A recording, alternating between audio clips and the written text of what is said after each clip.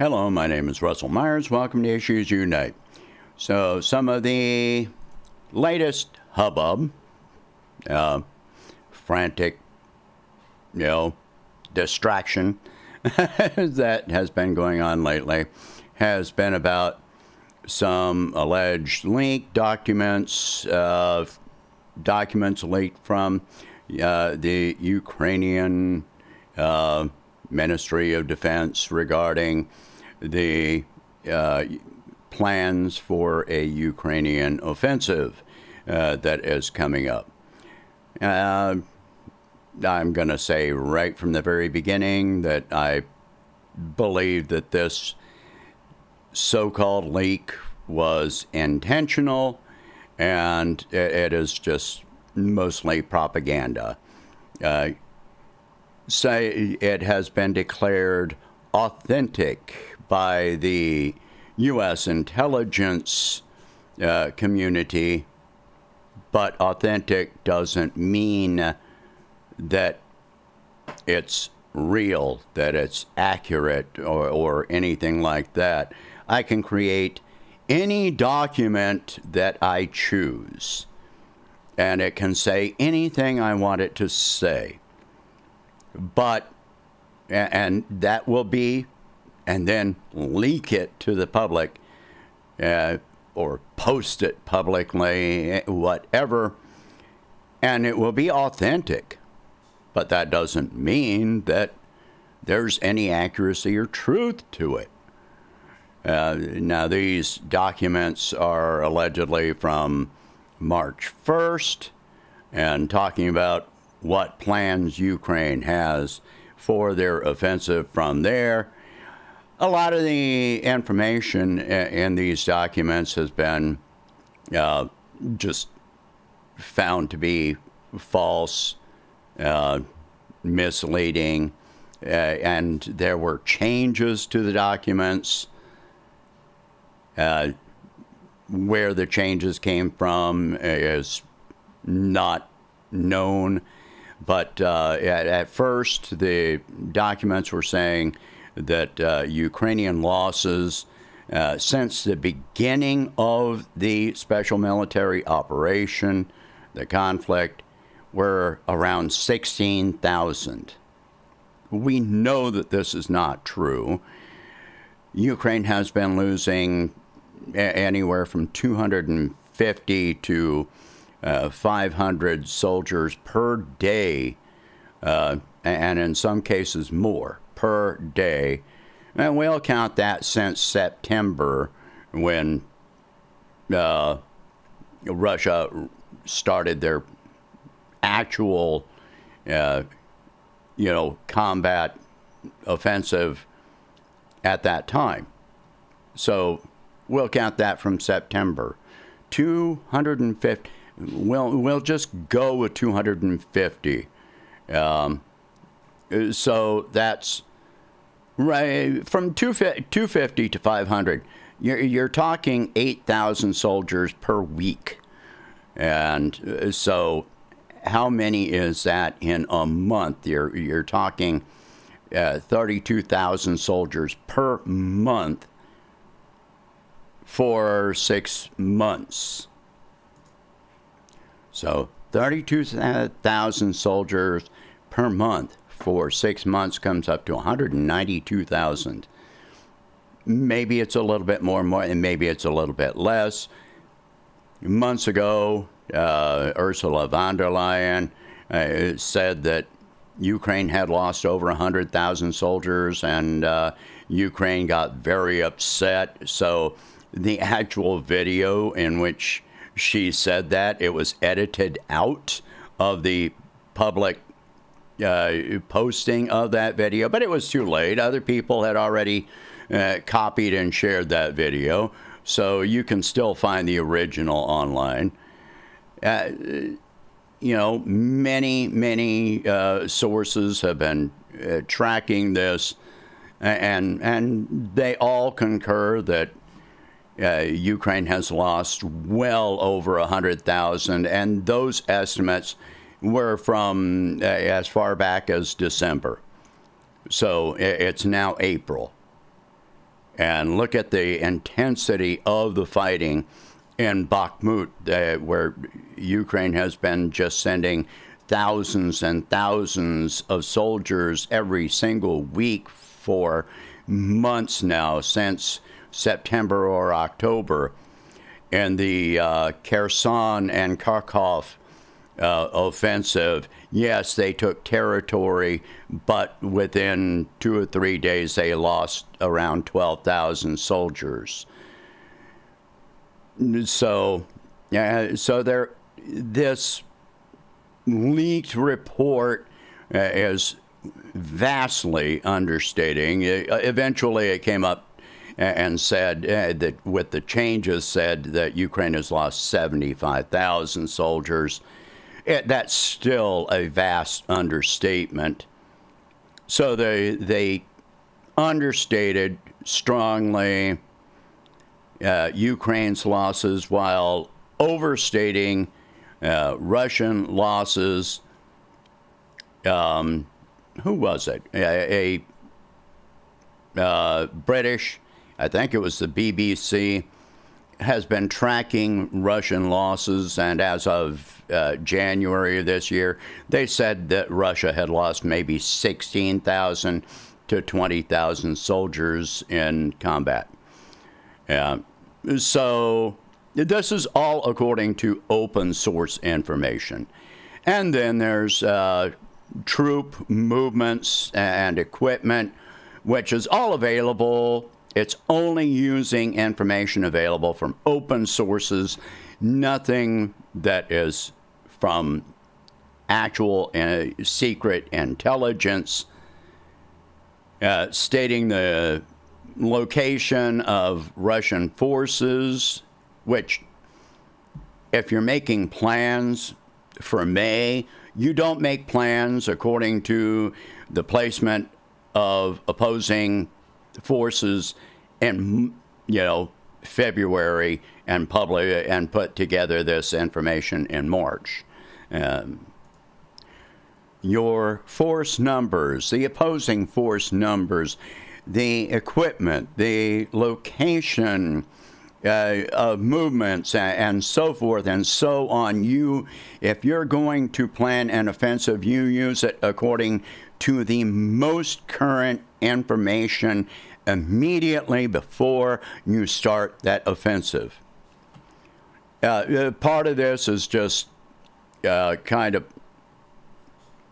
pure fantasy or really bad strategy. In one case, they're talking about an entire brigade being made up of nothing but Humvees. Humvees, with no tanks in the same brigade. It's not a tank brigade that they're talking about with this force. No, that there is no possible way that works. Anyway, I believe that all of this was just an intentional propaganda leak that was put out just to stir up a whole bunch of, enthusiasm or whatever, to state that Ukraine actually has clear plans for their offensive. I'm sure that they do. I'm sure that they have plans, but these are not those plans. This is just false. It's misleading. All right. Emmanuel Macron and Ursula von der Leyen met with President Xi. Sorry, in one of my last videos, I thought they were meeting with Putin, but no, they were meeting with President Xi. Yeah, that didn't turn out so well. Macron just embarrassed himself. No matter how he tried telling President Xi to talk reason into Putin, which annoyed Xi. If you watch the whole thing, you can watch President Xi sighing while while Macron was talking. You can tell by his face, his body language, that he was just completely annoyed. Then you got the optics that are involved here.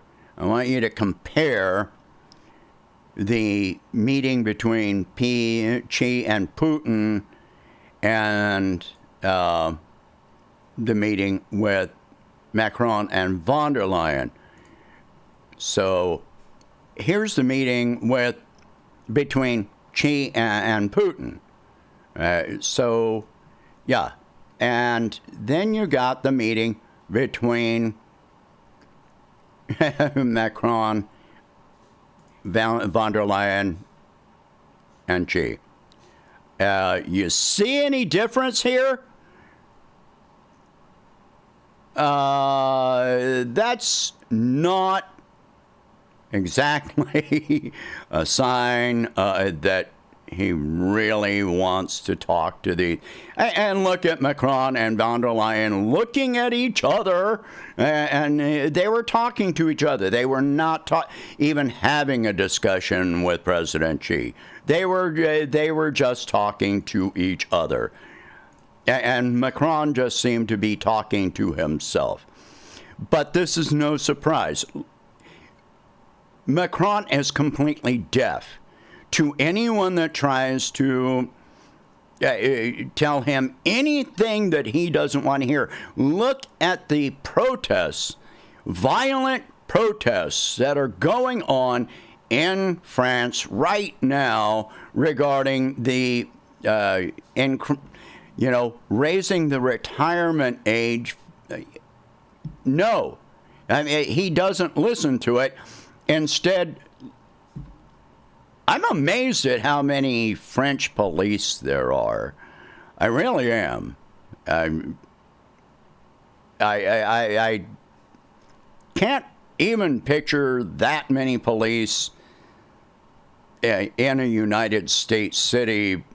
Maybe I'm underestimating the number of our police in some major cities. I'm sure that we've got entire armies of them. But if you take all of the police off the streets there to address, protests and so forth, then you're leaving your neighborhoods outside of that area unprotected. And how long can this go on? How long can the police be out in those numbers day after day, week after week, day and night? This is unsustainable. And how much is it costing to do this? Rather than have a discussion and listen to the people that support that system. Darn, I paused this and I'm not sure exactly where I left off. But but look at the difference between the French response to the proposal of raising the retirement age to 67. Yeah, and this is the response. Major protests in the streets.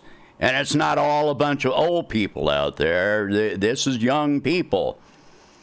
And then, look at the American response when they raised the retirement age to get full Social Security to 70. What happened? Nothing. Just nothing. It went by without, barely a blip. So now back to Xi on Russia. Well, China is not a party to this conflict. Yes, they conduct trade with Russia And a large, no small part of that trade is buying oil from Russia, processing it, and selling it to Europe. Buying gas, natural gas from Russia, liquefying it, and selling it to Europe. They're making a profit off of this. Europe is paying higher prices for their oil and gas.